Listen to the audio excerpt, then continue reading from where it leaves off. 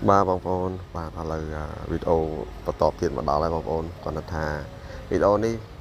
môn đồng ban mà đó lạiนี่คือnóแตะเตอได้สายខ្លាច់វាពេលវេលាខ្លីព្រោះអីតំបន់កន្លែងសួនផ្កានេះយើងគិតមើលពីថ្ងៃថាវាសួនវាធំអញ្ចឹងបងប្អូនហើយយើងមកហ្នឹងមកខ្ទង់ថាជាម៉ោង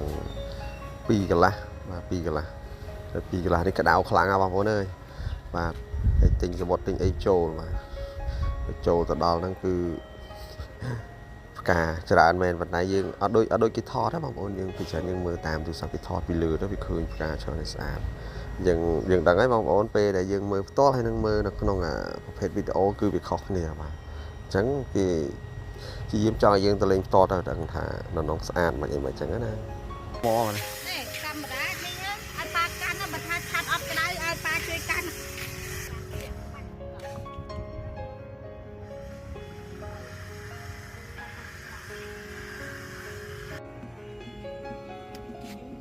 ទៅគេចិត្តទីមកប៉ា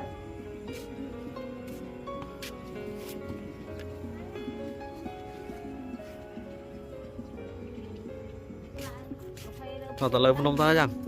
ủa cái đau từ từ rạ thân rồi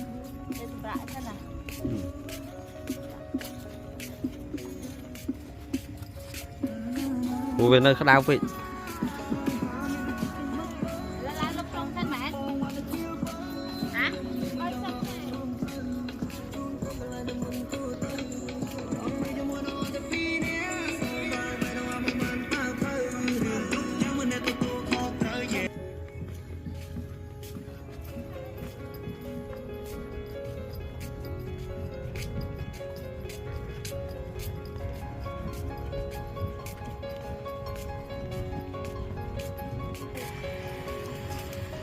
បាទបងប្អូនដោយសារតែមេឃវាមានសភាពក្តៅខ្លាំងមែនទែនគឺដើរវាអត់បានទេបងប្អូន